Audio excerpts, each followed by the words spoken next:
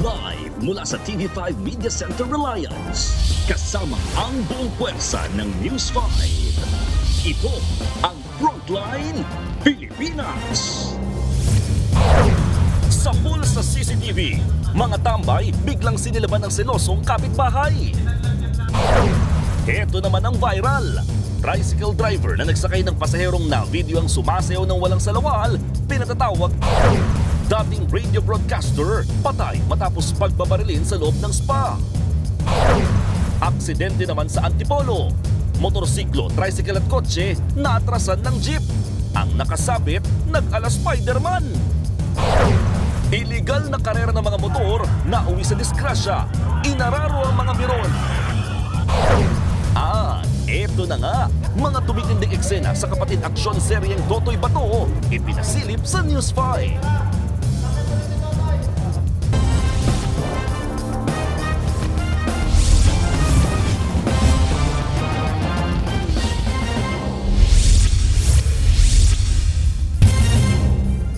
Naatrasan ng jeep ang tatlong sasakyan sa highway sa Antipolo, Rizal. May rider na naipit at meron namang pasero nag-ala Spider-Man para makaligtas. Nasa frontline ng balitang yan si Mon Gualvez. Ipit sa traffic ang mga motoristang yan sa sumulong highway sa Antipolo, Rizal nang biglang umatras ang isang jeep. Ang lalaking nakasabit sa jeep nag-ala Spider-Man, napunta sa bubungan ng naatrasan ding tricycle. Bahagya namang masama ang bagsak ng isang rider na unang natrasan. Nahulog siya sa gilid ng barrier. Bukod dyan, napinsala rin ang harapang bahagi ng isang kotse. Ano bang nangyari at biglang umatras ang jeep? Paliwanag ng driver. Kahit anong handbrake ko po, hindi ko mapit. Kaya anong marami pa akong pasayro. Binarrier ko na nga po, nakasunod naman po sila. Kwento ng nadaming na tricycle driver, napansin niyang tila nahihirapan ng jeep sa paahong bahagi ng kalsada habang traffic. Dapat magka-counter sana. Kaya lang, ang bilis, bigla na siya umatrasan. Hindi na niya nakontrol. Wala namang namatay sa aksidente, pero nasugatan sa binti ang natrasang rider. Nagkaaregluhan naman ang mga biktima at ang jeepney driver. Sabi ng mga otoridad, halos isang beses kada linggo kung magkaroon ng aksidente dito sa may sumulong highway. Malimit daw magkasagayan yung mga sasakyan at motorsiklo, lalo na doon sa pataas na bahagi ng kalsada kung saan nakapwesto yung U-turn slot. Paalala ng mga pulis sa mga motorista, panatilihin ang safe distance para raw maiwasan ang nangyaring disgrasya. Nagbabalita mula sa Frontline, Mon Gualvez, News 5.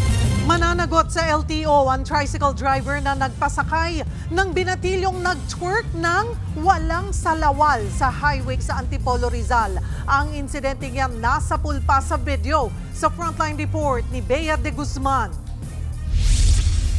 Naispata ng tricycle na yan sa sumulong highway sa Antipolo City, Rizal. Nakasabit ang isang lalaking walang salawal. Sumasayaw pa siya habang umaandar ang tricycle. Nagtutwerk pa nga.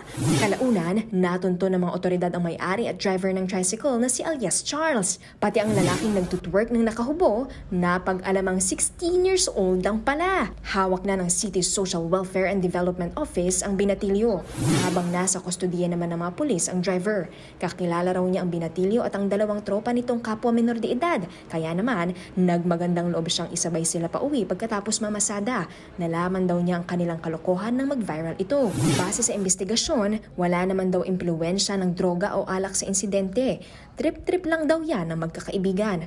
Pero dahil sa trip na yan, mahaharap sa reklamo si alias Charles. Kaso po na ating isinampa sa kanila ay Article 200 of the Revised Penal Code. Kasi yung kanilang act is against the customs and decency dito po sa community. Bukod pa dyan, ipinatawag din siya ng Land Transportation Office para magpaliwanag kung bakit hindi siya dapat magpasada. Pinasusuko rin sa ahensya ang kanyang driver's license bago ang pagdinig sa June 25. Nagbabalita mula sa Frontline, Bea de Guzman, News 5. Higit 200 OFWs sa nagyagyerang Israel at Iran ang gusto nang umuwi. Ikinwento rin sa News 5 ng isa nating kababayan ang kanyang nakakatromang karanasan. Nasa frontline ng balitang yan, si Rainiel Pawid, exclusive. Tignan na niya ang lagay namin sa bomb shelter. Pagka nag-siren, takbuhan na dito sa loob ng bomb shelter sa ilalim. Sa nakalipas na linggo, walang araw para sa OFW na si Shai Kabayan na hindi sila kumaripas papasok ng bomb shelter sa Israel. Sumisilong sila mula sa missile attack ng Iran. Pero sa gitna ng sigalot, sinamantala naman ng mga kawatan ang bahay ni Shai. Pati kasi kama at ilang gamit sa sasakyan ay tinangay. Pero para kay Shai, napapalitan naman ng gamit, pero hindi ang kanilang buhay. Pagka marinig mo, talagang iba. Ang nasa isip mo lagi, nako, may namatay na naman. At totoo po, sunod-sunod, lalo kung sumasapit na po ang gabi, ay kami nangangamba na. Higit 200 OFW sa Israel ang nagpalista na sa repatriation program ng gobyerno. Martes naman darating sa Pilipinas ang 26 na OFW at isang turistang naipit sa sigalot. Nasa 10 OFW rin ang binisita ng mga opisyal ng embahada sa nasabugang elderly care facility sa Beit Avot. Wala namang Pilipinong nasaktan doon. Samantala, inilipat naman na ang 8 Pinoy na nawala ng tirahan matapos itong matamaan ng missile. Sa Iran naman, walang nasugatang Pilipino matapos ang pambobomba ng US forces sa 3 nuclear sites doon. Pero 6 na OFW at 2 turistang Pilipino ang nagpasa ng repatriation request sa embahada at makauuwi na sa Huwebes. 2 Filipino seafarers din ang nagpadala ng request. Sa tala ng DFA, nasa 1,200 ang Pilipino sa Iran at nasa 30 sa kanilang OFW, habang ang karamihan may asawang Iranian. Sa ngayon, hindi pa nakikita ng DFA na itaas sa Alert Level 4 o mandatory repatriation ang estado sa Iran at Israel. Pero ang ating mga embahada naganda na ng mga hostel para gawing temporary Filipino shelter sakaling mas lumala ang tensyon sa pagitan ng dalawang bansa. Nagbabalita mula sa Frontline, Rainiel Pawid, News 5. Showbiz, eto na nga! Mga kapatid, eto na nga ang mga may init na showbiz balita ngayong Lunes. Mula po sa dating tagagawa lang ng bahay, kaya na rin ngayong magpagawa ng sariling tirahan ni Cardong Trumpo. Siya po ang Grand Champion ng Pilipinas Got Talent Season 7. Ang kanyang winning moment, alamin sa Frontline Report ni News 5 Digital Producer Von Bilinario. Matapos ang makapigil hiningang pagpapaikot sa mga trumpo, Our Pilipinas Got Talent Season 7 Grand Winner, congratulations! Cardong Trumpo! Isang karpintero ang itinanghal na bagong Grand Champion ng Pilipinas Got Talent Season 7 at nag-uwi ng 2 milyong pisong premyo. Si Cardong Trumpo abot hanggang langit ang pasasalamat sa panalo.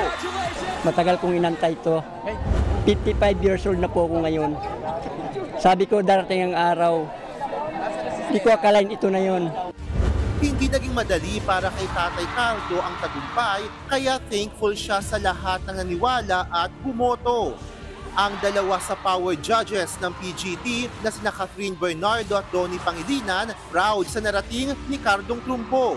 Pilipinas na ang nagsabi, ang nag-decide, deserve na deserve yan ni Tatay Cardo. I just pray and hope that after this, his future will be very bright, very colorful. He will use the funds in the right way as well. Second placer ang peer dance group na Fem Manila at third placer naman ang magician na si Carl Pion. Napanood sa TV5 ang final showdown ng Season 7 ng Pilipinas Got Talent.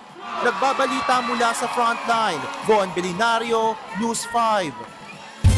Susunod, dating radio broadcaster patay matapos barilin habang nasa spa. Dalagang natutulog sa loob ng kanyang bahay, pinasok ng lalaking nakainom at nakadroga. Ang biktima, pinatay at ginahasa. At sa pulsa video, rider na nakikipagkarerahan sa Zamboanga del Norte, inararo ang mga manonood. Abangan ng lahat ng yan sa pagbabalik ng Frontline Pilipinas.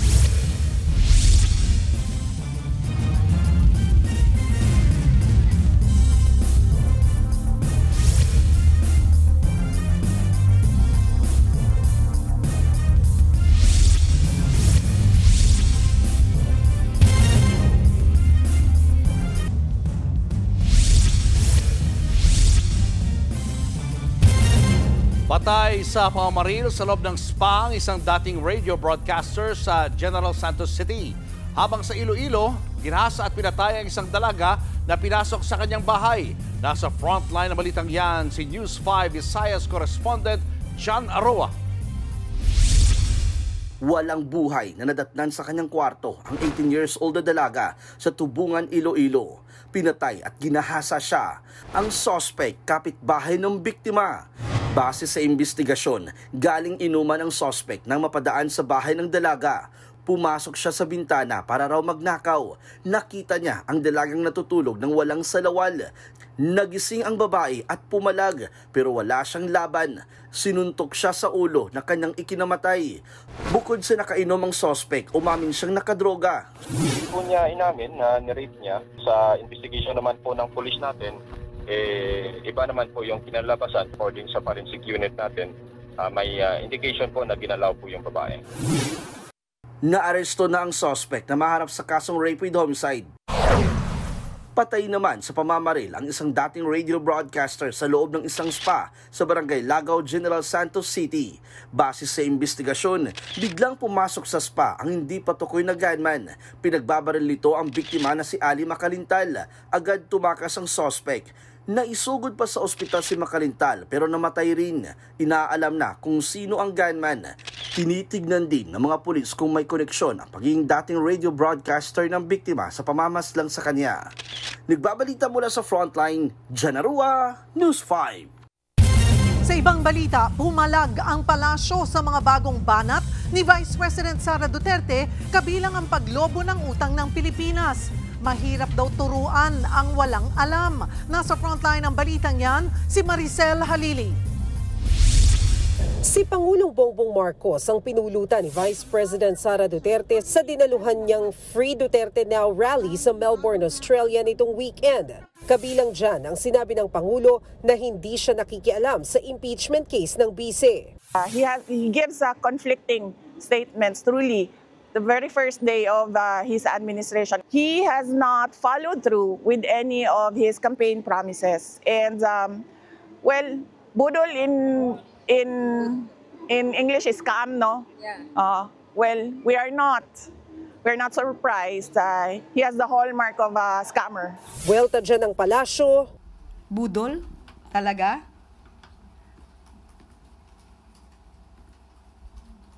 Hindi ko alam kung sino ba ang budol. Hindi sa pag-uutos sa amin na focus sa trabaho at hindi pamumulitika.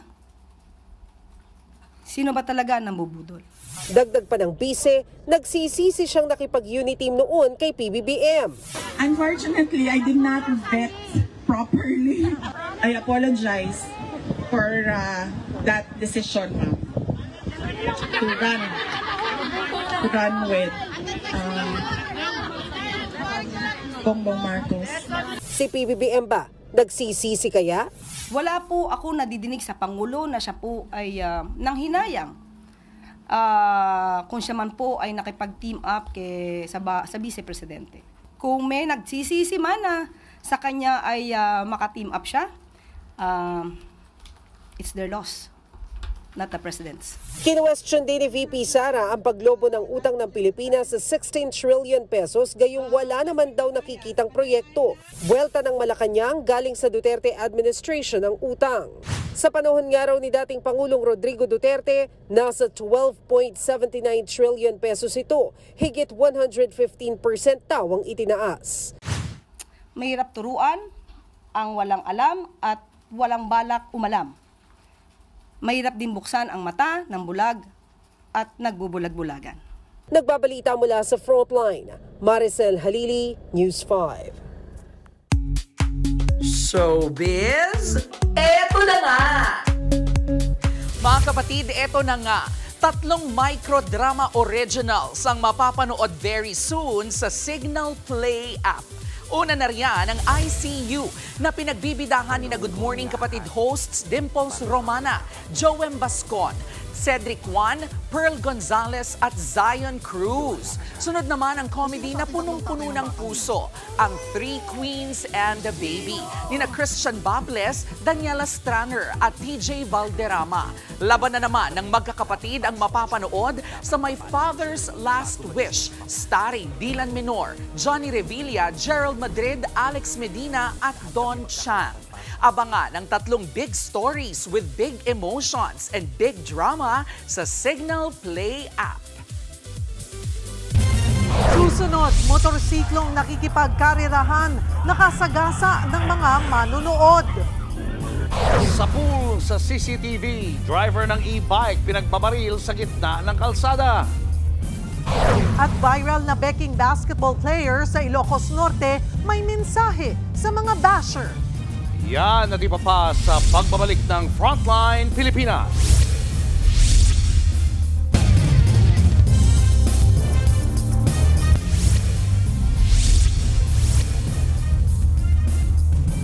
Dapat daw maging alerto ang mga Pilipino sa Amerika dahil sa posibleng pagganti ng Iran sa pag-atake ng US. Nasa frontline ng balitang yan, Simon Gualvez. Dumagundong ang malakas na pagsabog sa Israel nang magpaulan ng missile ang Iran. Pinuntirya nila ang research facilities, airport at mga command and control facilities ng Israel.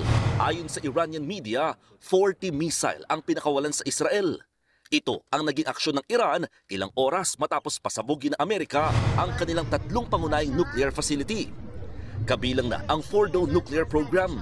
Sa satellite image na ito, kitang halos mabura sa mapa ang naturang planta. Ayon sa Pentagon, ang headquarters ng Department of Defense ng Amerika, 125 bunker buster bombers ang umatake sa Iran. Tinawag nila itong Operation Midnight Hammer at itinuturing na pinakamalaking combat operation ng B-2 bomber sa kasaysayan ng Amerika. Ibinida rin ni US President Donald Trump ang ginawang pag-atake. Git niya, successful ang military operation at tuluyang na-wipe out ang mga nuclear sites doon. Our objective was the destruction of Iran's nuclear enrichment capacity and a stop to the nuclear threat posed by the world's #1 state sponsor of terror. Pero ayon sa Iran, patunay ang pagsali ng Amerika sa giyera na sila ang sumusuporta sa mga pag-atake ng Israel. Nagpadala na rin sila ng sulat sa United Nations para kondinahin ang pambobomba ng Amerika. Bukod dyan, iginit din ng kanilang gobyerno na mag-withdraw ng Iran sa Nuclear Non-Proliferation Treaty. Kasunduan ito na naglalayong pigilan ang pagkalat ng nuclear weapon at pagtataguyod ng mapayapang paggamit ng nuclear energy. Nagbigay naman ng suporta sa Israel at Amerika ang ilang kaalyadong bansa gaya ng Australia, United Kingdom, France, Japan at Saudi Arabia. Pero nanawagan silang idaan pa rin ito sa diplomasya. Habang ang North Korea at Russia parehong kinundina ang Amerika sa pagsawsaw sa gulo. Naka-heightened alert naman ang mga pulis sa Amerika matapos ang pag-atake.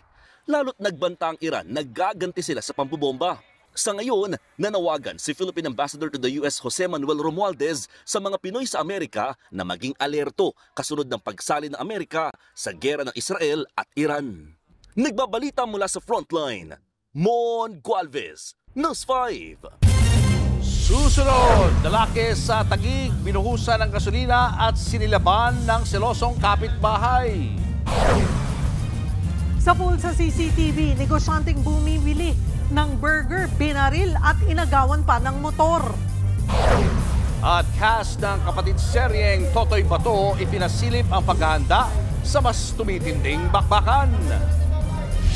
Tutok lang mga kapatid, magbabalik pa ang Frontline Pilipinas.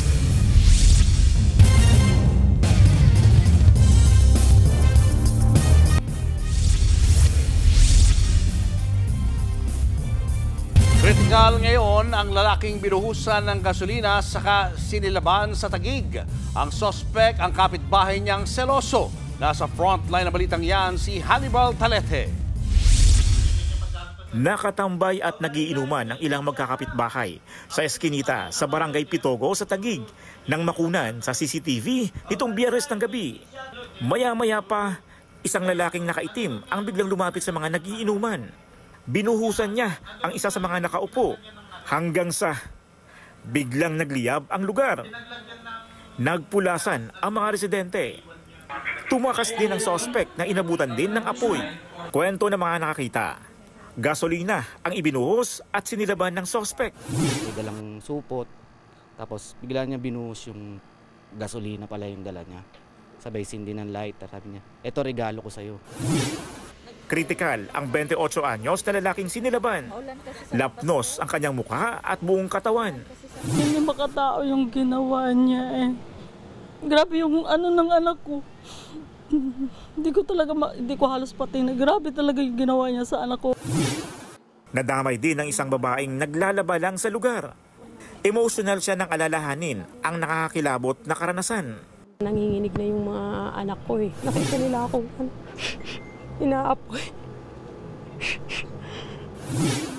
Ayon sa ina ng sinilabang lalaki, posibleng selos ang ugat ng krimen. Dati na raw pinagbantaan ng suspect ang kanyang anak. Sabi niya, humanda ka. Di pa rin kayo tumitigil. Yun ang sinabi. Inabangan niya po sa trabaho ng anak ko. Ayon naman sa barangay, bago ang insidente, ay may umiiral na barangay protection order laban sa suspect. Ibig sabihin, ay pansamantala siyang pinagbawalan na pumunta sa lugar. Kasunod yan ng reklamo ng kanyang asawa ng pananakit. Patuloy na tinutugis ang suspect. Nagbabalita mula sa frontline, Hannibal Talete, News 5. Ninakawan na binaril pa ang isang negosyante sa Santa Maria, Bulacan. Namatay ang biktima dahil din daw sa tagal ng pagresponde ng mga pulis at ng mga taong inuna pa ang kumuha ng video. Nasa frontline ng balitang yan, si Gary De Leon. Sa pulsakuha ng CCTV ang pagdating ng dalawang riding in tandem sa gasolinahan na yan sa Santa Maria, Bulacan. Nag-usap ang apat na sakay ng motorsiklo. Pinupuntirya pala nilang nakawan ng bumibili sa burger store na si Chris Mendoza, isang negosyante. Maya-maya, bumaba ang dalawang backride ng motorsiklo at nilapitan ng target. Inagaw ng mga kawatan ang bag ni Mendoza pero pumalag ito. Nakipagpambuno siya sa mga rider.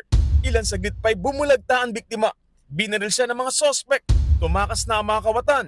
Tinangay pa nila ang motorsiklo ng biktima. Basta kampante ka lang dyan.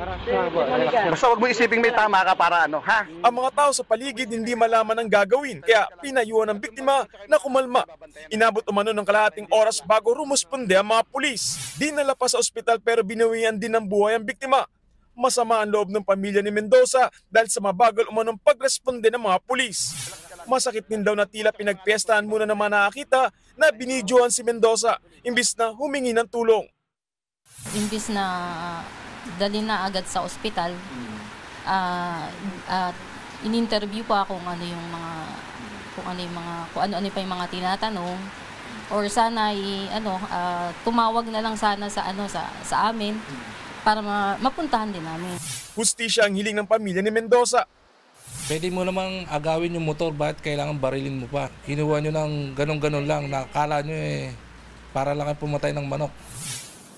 Nangangalap na raw ng karagdagan CCTV footage ang Santa Maria Police para matukoy ang mga salarin. Nagbabalita mula sa frontline, Gary De Leon, News 5.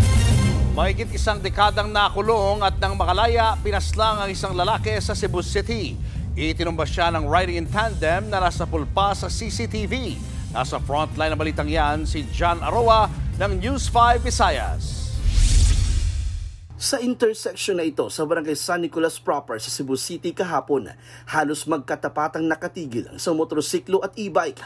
Maya-maya biglang pinagbabaril ang angkas ng motor ang driver ng e-bike. Pumalya pa sa umpisa ang baril saka ikinasa at pinaulanan ng bala ang biktima. Napaupo sa kalsada ang binaril na si Ronnie Lawas. Namatay siya kalaunan. Ayon sa kaanak ng driver, bagong laya sa kulungan nitong Mayo ang biktima matapos masangkot sa kasong murder.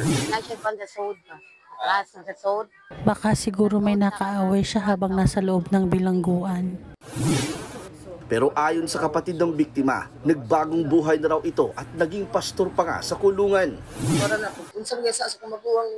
Kung may kasalanan ng kapatid ko, pinagbayaran na yun ng 11 years sa kulungan. Sa loob ng ilang taong paghihintay namin, ang ikli lang ng panahon na nagkasama kaming muli.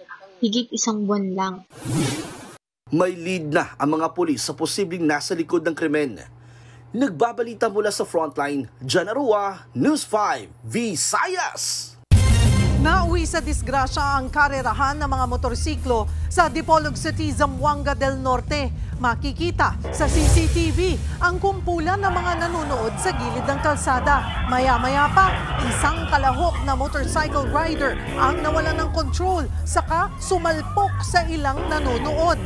Nagtakbuhan ang mga residente para saklolohan ang mga nasugatan. pati ang rider na sumemplang. Dinala sila sa ospital. Iniimbestigahan kung may pananagutan ang mga organizer sa drag racing event. Pautay-utay ang 5 pisong taas presyo ng petrolyo ngayong linggo. Yan ay para raw hindi masyadong mabigatan ang mga consumer. Pero sabi ng isang transport group, presyong bitay pa rin yan. Nasa frontline na balitang yan si Gerard de la Peña. Sa gyerang Israel at Iran, sumali na rin ang Amerika. Hindi man tayo direktang apektado niyan, umaabot ang perwisyo nito sa ating kalsada. Dumara ng in-export na krudo ng mga bansang miyembro ng Organization of the Petroleum Exporting Countries tulad ng Saudi Arabia, Iran, United Arab Emirates at iba pa sa Strait of Hormuz. 20% ng global demand sa langis ang dumaraan dito. Pero matapos ang pag-atake ng US sa Iran, posibleng ipasara ang Strait of Hormuz. Kapag nangyari yan, magkakaproblema sa supply ng produktong petrolyo at tataas lalo ang presyo nito. Sa ngayon, wala pa naman daw problema sa supply. Pero dito sa Pilipinas, 2 oil price hike ang ipatutupad ngayong linggo. Bukas, tataas ng 2 pesos and 60 centavos ang diesel, 1 peso and 75 centavos sa gasolina, at 2 pesos at 40 centavos sa kerosene. Pagdating ng Huwebes, tataas ulit ng ganyan ang presyo ng petrolyo. Ibig sabihin ngayong linggo, mahigit 5 piso ang itataas sa kada litro ng diesel, mahigit 3 piso sa gasolina, at halos 5 piso sa kerosene. Napakabigat niyan para sa mga jeepney driver na gaya ni Romeo Pascual. Ang kinita niyang 500 pesos kada araw, mahiging 300 pesos na lang. Ako didagdag pahirap na naman yan sa pang-ulam na kukuhanin pa nila. Panawagan ng grupong Piston, tanggalin na ang excise tax sa langis. Kahit hinati sa 2 ang big-time oil price hike, hindi pa rin sang-ayon dito ang grupo ng mga tsuper. Parang ang gusto nga palabasin, may utang na loob tayo dahil hindi biglaan, pero isinsanumbitay ka pa rin. Nakahanda naman daw ang fuel subsidy para sa mga PUV, kabilang ang mga jeep, bus, taxi at tricycle. 2.3 billion pesos ang paghahati-hatian nila. Pero sisimulan niyang ipamigay kapag sumampa sa $80 per barrel ang presyo ng langis sa pandaigdigang merkado. Kasalukuyan na itong nasa $76 per barrel. Kahit malaki ang itataas ng presyo ng petrolyo ngayong linggo, malabo pa ring aprubahan ang dagdag na piso sa pasahe sa jeepney. Bilang tulong sa mga commuter, tinitingnan ang pagbibigay ng libreng sakay sa mga bus sa Metro Manila, Cebu at Davao. Nagbabalita mula sa Frontline, Gerard de la Peña, News 5.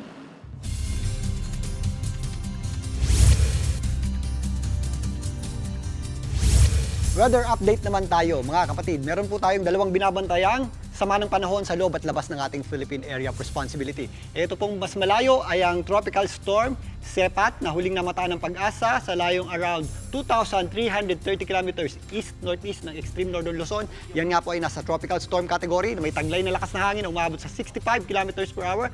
Malapit sa kanyang gitna at kuminsan may mga pagbugsong umaabot sa 80 kilometers per hour. Ito po ay hindi natin nakikitang pumasok sa ating Philippine Area of Responsibility o makaapekto sa anumang bahagi ng ating bansa. Yan po ay tutungo lamang dito sa southern portion ng Japan at wala nga pong apekto sa atin. Pero yan po ay bahagyang hihila ng ating habagat or southwest monsoon. Pero mostly yung ating habagat po ay pinapalakas nitong low pressure area sa loob ng ating Philippine Area of Responsibility na huling namataan ng Pag-asa sa lying around 175 kilometers west-southwest ng Iba, Zambales. Ito po ay hindi natin nakikitang maging isang ganap na bagyo in the next 24 hours. Yan po ay posibleng kumilos lamang pa northwest patungo dito sa ating boundary line at palayo sa ating bansa. Pero sa kasalukuyan, ito pong low pressure area na ito at yung ating habagat ang nagdadala po ng mataas na tsansa ng pagulan sa malaking bahagi ng ating bansa. Dahil po sa ating habagat, asahan po natin ang mga posibleng pagulan at thunderstorms dito po sa Zamboanga Peninsula. Kasama po dyan ang Sulu, Basilan, Tawi-Tawi, maging dito sa Bangsamoro Region. Kasama na rin po dyan ang Soc-Sargen. Meron din po tayong mga posibleng pagulan dulot ng habagat dito po sa Western Visayas. Kasama po dyan ang Iloilo, yan pong isla ng Panay at Negros Islands, maging dito sa Mimaropa. Lalong-lalo na sa area ng Mindoro. Meron din po tayong mga posibleng scattered o kalat-kalat na pagulan dulot ng habagat sa Calabarzon, kasama po dyan ang Cavite at Batangas, maging dito sa Zambales at Bataan. Ganun din po ang ating aasahang panahon sa Ilocos Region, kasama na po dyan ang area ng La Union at Pangasinan. Mga pulo-pulo o yung ating tinatawag na afternoon at evening showers naman ang ating aasahan sa natitirang bahagi ng Central Luzon at Calabarzon, maging dito sa Bicol Region. Kagaya nga po ng nangyayari ngayon dito sa may Eastern Visayas at ilang bahagi ng Central Luzon. Kasama po dyan ang Pampanga, Tarlac, Bulacan at maging dyan sa area ng Nueva Ecija. Dito sa Metro Manila, patuloy po tayong makakaasa ng maulap na panahon at mataas po ang ating tsansa ng pag-ulan. Kaya sa mga lalabas ng bahay o papasok ng opisina bukas at trabaho, ugaliin po natin ang pagdadala ng payong dahil magagamit po natin yan. Lalong-lalo na pag pauwi tayo dahil uso nga po yung ating mga afternoon showers at thunderstorms. At kung minsan meron tayong nangyayaring tinatawag na severe thunderstorms, kagaya po nung nangyari nung Sabado, yan po ay mga malawak na thunderstorms, although hindi nagtatagal, biglang buhos po yan ng malakas na ulan na posible pong magdala ng mga pagbaha, especially sa mga low-lying areas, mabababang kalsada at mga hindi maayos na drainage system. Kaya maganda at mag-ingat po tayo dyan. At yan muna ang latest sa ating lagay ng panahon. Muli, ito po ang inyong weather frontliner, Alvin Pura, na lagi may panahon para sa iyo. Showbiz, eto na nga! Ito na nga, todo ang paghahanda ng cast sa mga intense na aksyon at kilig sa kapatid seryeng Totoy Bato. Nasa frontline ng balitang yan, si MJ Marfori. Nagsimula na ang taping ng mga matitinding eksena ng underground fighting at bakbakan sa kapatid action seryeng Totoy Bato. Ang mga high-energy sequences, pinaghahandaan ng buong cast at production team. Ang lead stars sa sina Kiko Estrada at Bea Binene. Umaapaw ang pasasalamat sa guidance ng mga batikang aktor na sina Yula Valdez, Art Acuña at Noni Buencamino. Sobrang saya, sobrang daming knowledge ang binibigay nila sa amin. So it's so inspiring to work with them. Napakagaan din katrabaho, lalo na nung mga first few tapings namin si Miss Yula lagi kong kasama sa tent. Masaya siyang ka-work, inspiring din kasi syempre yung mga pinagkukwentuhan namin, ganyan maraming natututunan din po sa kanila. Pa-teaser nga ng cast, mas titindi pa ang mga eksena sa mga susunod na episode. Mas marami pang bakbakan, mas marami pang action, mas marami pang drama, mas marami pang kiligan. Times 2 ng lahat. Umpisa na kasi ng mas matitinding mga laban ni Totoy Bato. Subaybayan ang aksyon gabi-gabi sa primetime primera ng TV5. Nagbabalita mula sa Frontline, MJ Marfori, News 5. Ball is life. Yan ang motto ng trending na Becky na basketball player sa Ilocos Norte. Hindi biro ang husay niya sa sports at nakipag one-on-one pa siya kay News 5 reporter Ian Suyu. Long-legged, long hair, palong-palo kung rumampa, at may pasiklab na talento. Ang kanyang motto, my motto po as an LGBTQ sir, balls is life. Ems! Siya ang trending sa social media na si Yasmin Dido Villanueva o mas kilala bilang Queen Dido. Pangpuksaan ang galing niya sa basketball. Ang bansag nga sa kanya, Gaymond Green, Becky the Grappler at Pinoy Hanamichi sa Kuragi. Testingin nga natin ang galing ni Queen Dido. Nandito tayo ngayon sa Barangay Baay sa Batak, Ilocos Norte at nandito nga sa likuran ko nagpa-practice na si Queen Dido na nagba-viral ngayon sa social media. At susubukan natin, hamunin natin siya ng one-on-one. Tignan natin kung gaano ba kabatak talaga si Queen Dido pagdating sa paglalaro ng basketball. 6-footer si Queen Dido, kaya supalpal ang inabot ko. Mapa-dribbling, mid-range, at post moves, iba ang galawan niya. Kung usapang talento naman, walang duda, angat ang basketball skills ni Queen Dido. Patunay lang yan na ang sports na ito, walang pinipiling kasarian. I think sir, pitos pa lang ako noon, nararamdaman ko na babae ako sir. Patagilid na yung sipa ko sir. Noong una sir, hindi pa po nila gusto na sumali ako sa kanila. Nung pinakita ko sa kanila yung skill ko na, sa pagbabasketball sir, doon nila natanggap sir na kaya ko palang maglaro. Sa mga nang didiscriminate dyan, ito ang mensahe ni Queen. Sa ngayon sir, hindi na siguro ako napipikon. Kasi kahit anong sabihin na nila, Kebs. Nagbabalita mula sa Frontline, Ian Suyu, News 5. Queen Dido. Kebs. Sa tunay na queen, ang galing. Oh, pwede pang pro yan. Yung mga moves na yan, no? Galing. At saka nasa katawan niya, kaya niyang bumalyang. Try out na siya sa PBA. Why not, diba? Napahiya. Go. Support ko yan. Napahiya yung manok natin, si Ian Suyu. Ayan, Ian. At yan ang mga balita at impormasyong dapat niyong malaman sa araw na ito. Mga balita para sa mga may alam at may pakialam. Kami ang inyong mga kasangga sa Frontline Pilipinas.